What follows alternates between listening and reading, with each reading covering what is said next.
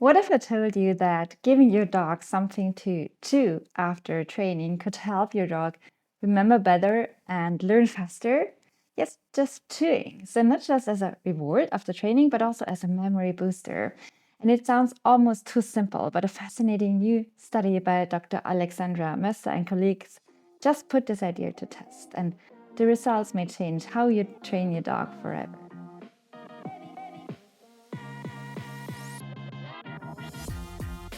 I'm Dr. Annika Bremhorst, a canine scientist, dog professional, and the founder of Dogs and Science. And at Dogs and Science, we bring the latest peer-reviewed research about dogs to the people who need it the most, so the dog professionals and owners who really truly care about evidence-based methods. And we help you understand and integrate the scientific insights into your daily life and work with dogs. So stick with us in this video and you will get a detailed breakdown of this new study by Dr. Alex Moesta and colleagues and exclusive insights by Alex directly. And we will also provide you with practical tips how to apply the science into your daily life and work with dogs. So you'll find this full article on this research on our Dogs and Science platform, as well as the link to the original paper in the video description below. So let's dive in. What's the science behind chewing and memory?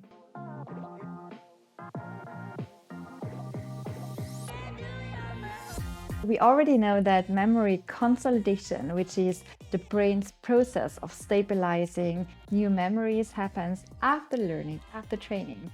And previous research in dogs has shown that physical activity or play immediately after training can really help strengthen those memories that dogs have created. But what if play is not always practical? Or what if there is a simple kind of low effort alternative, something that dogs can do on their own?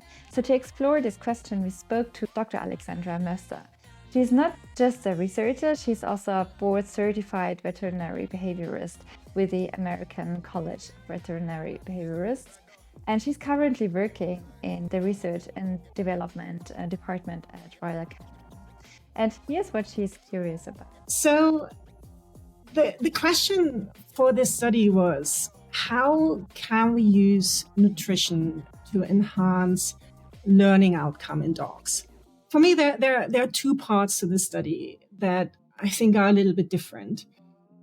One is at what phase in the learning process we try to make a difference. So traditionally, when you think about behavior modification, a lot of professionals think about the actual training process. So what do I need to do with my dog so that they can learn what I want them to learn? So, what's the target behavior that I want to teach? How am I going to teach it? What rewards am I going to use? So I think very careful about the setup, the environment, the motivational state of the dog, and they think very careful about the training.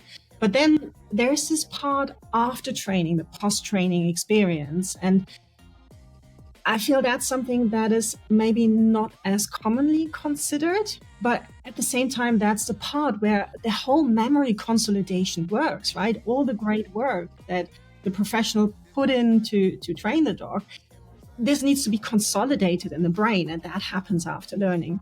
So in this study, we really wanted to look at, can we make an impact in this post-training phase? So that's the first part. That's a really powerful insight. So this study really stands out because it focuses on the post-training phase, which is a crucial part of the learning process that's often overlooked in dog training. But that's not all. So this study is also really innovative because it shifts our focus from what dogs eat to how they eat. And then the second part is, I work for a nutrition company, and very often when we look at how can we make an impact through nutrition, we look at the composition of the diet. We look at, are there specific actives, for example, that have an impact on brain health. But in this study, we actually looked at the feeding behavior. So we looked at how the dog consumes the food offered, and does that make a difference? They tested a total of 46 dogs, including Australian Shepherds, Border Collies, and German Shepherds from 2 different breeding kennels. And before the actual experiment could begin, the dogs were first kind of introduced to the study setup with a little pre-training. So the dogs learned to walk up to a container and to check it for food. So by the time the real experiment and test started, the dogs knew what to do. And on the first day of the actual experiment, each dog learned a simple memory task, a so-called object discrimination task. So this means that the dogs had to choose between two different containers that differed in shape and color. And only one of these containers, the boxes, always had a hidden food reward inside. So to pass the memory task, the dogs had to pick the right object in at least 8 of 10 trials, the repetitions, and they had to do it twice in a row. So after this learning task, the post-training intervention began, and all the dogs in the study, they were assigned to one of two different groups. The chewing group received a whole collagen-based, really long-lasting chew. So on average, the dogs had to spend about 15 minutes to chew it. And the other dogs were in the control group. So the control group got the same kind of chew, but blended with wet food.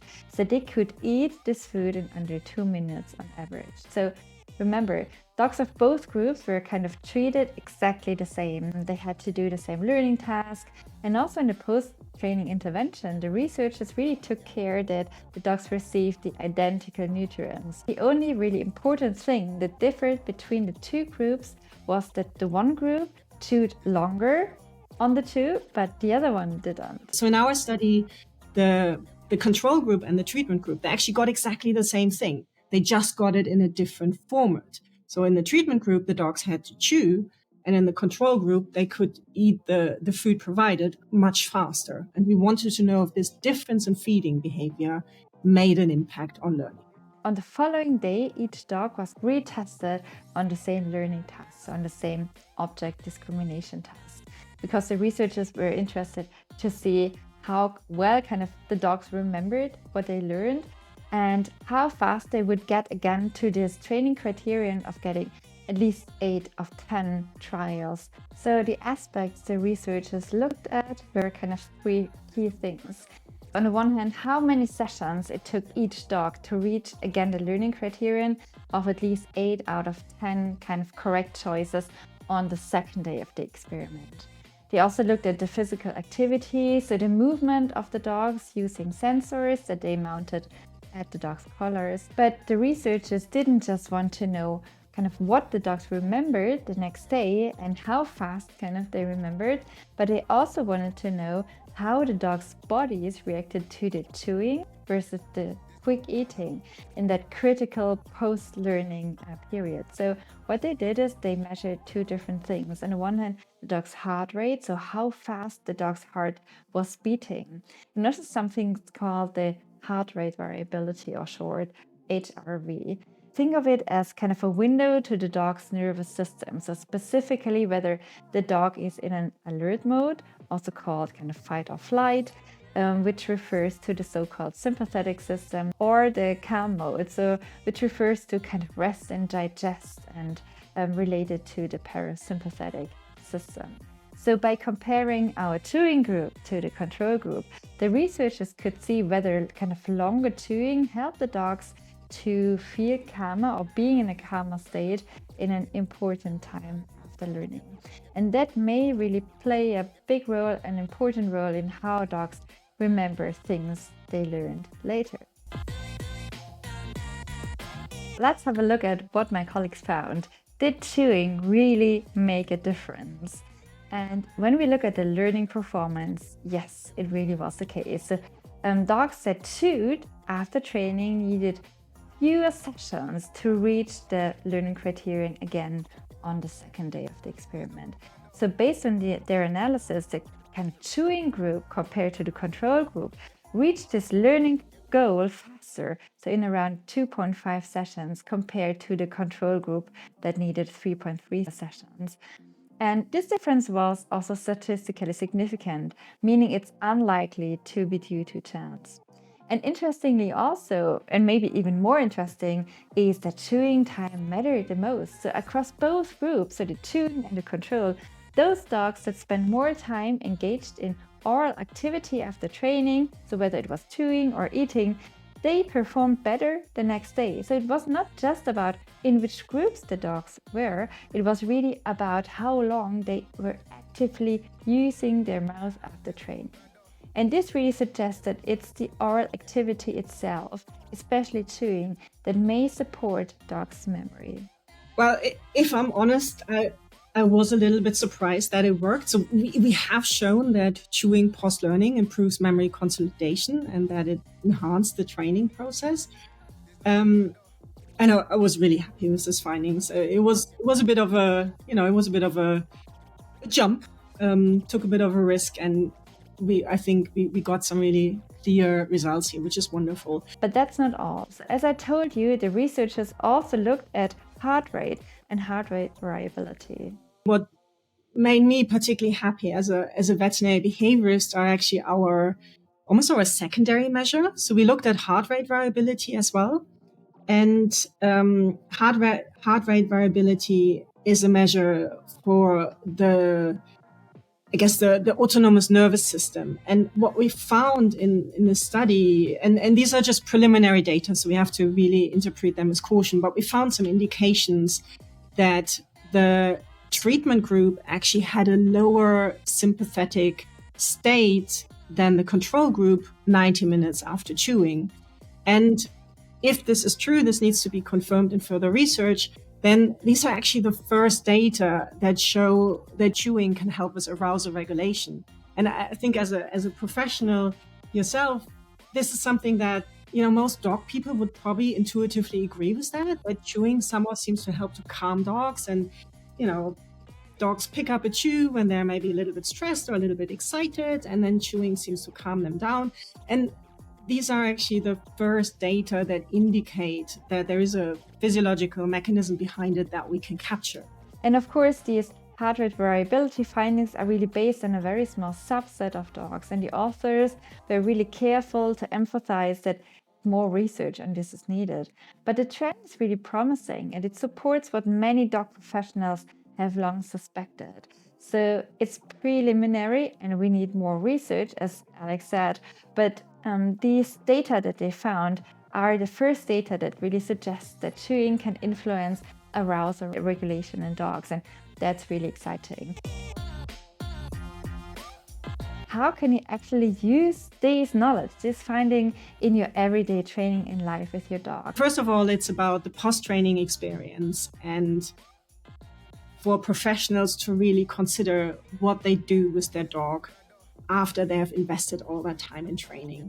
And there are different ways of how this post-training experience can be optimized, but one simple way is chewing. So one simple way is to offer a chew that their dog likes to chew. What is important is the chewing duration. So in our treatment group, the dogs chewed for about 15 minutes, and in the control group, they still engaged for about 2 minutes in oral activity. So a longer lasting duration of the chewing seems to be important. It doesn't really matter what the dog chews because it's about the behavior of chewing. So my advice here to professionals would be know your dog, know what they like, know what engages them for a prolonged period of time. And I think that's something really, really practical that people can do after a good training session. Know your dog to chew.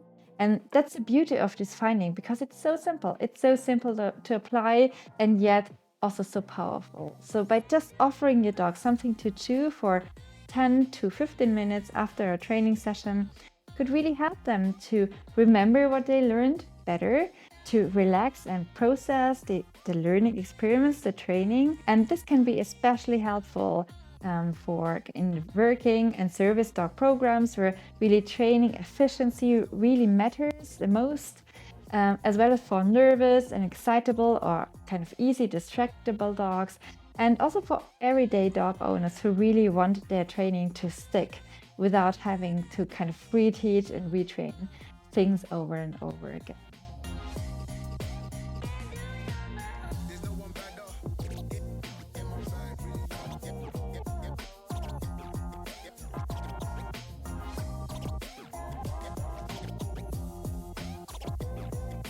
Science like this doesn't happen in isolation. It's really built quite often through international teamwork, bringing together behaviorists, veterinarians, and academic researchers, sometimes also industry partners, to answer practical questions that really matter for dogs and the people who care for them. There is something else I would like to highlight, about what makes the study special to me. So I work in research and development for a pet food company, for Royal Canin, and I don't do this research alone. For this study, I was able to collaborate with folks from the Eötvös Loránd University in Budapest. So the senior researcher is Claudia Fugazza. I had the chance to work with some really talented upcoming researchers with Shani Droa and Andrea Somese, and they were just wonderful to work with. And I mean, this is really one of the perks of my job, that I get to work with people like that. In the final minutes of this interview, I asked Alex why she does this work. So why she loves dogs and why she loves science. So I need to say, I started my career in farm animals. So I think it's fair to say that I love animal behavior independent of the species. But one part that I really, really love is the relationship that we can build with other species. And clearly dogs are the stars here, right? The relationship that dogs and humans have built over the years. That's something that I find really, really fascinating. And as a veterinary behaviorist, I have a soft spot for behavior modification and how you can build this relationship through shared positive training experiences. And I think that's where science plays a really, really important role, because through science, we have learned about effective and humane training methods. And I think it's really important that we link the two, so that we link training and science, so that we do the best possible job for both parties involved there, for the dog and the human. And I think that then links back to the study, because I think it's a very practical study to make this link between science and dog training. That's exactly what we aim to do at Dogs and Science, to connect research and real life, so that science becomes not just something you kind of read about and know, but something you can use in your daily life and work with dogs, to build trust, to improve training, and to strengthen the bond we share with our dogs. Let's bring it all kind of to the beginning of our video. Can chewing after training really help dogs remember better and learn faster? Based on this study, the answer is yes. Dogs who chewed post-training learned faster the next day. And it wasn't about what they chewed, it was really about how long they chewed. So a calm and focused chewing period after a training session seems to support memory consolidation in dogs. And the best of all, it's so simple to apply. So just offer a chew after your next important training session.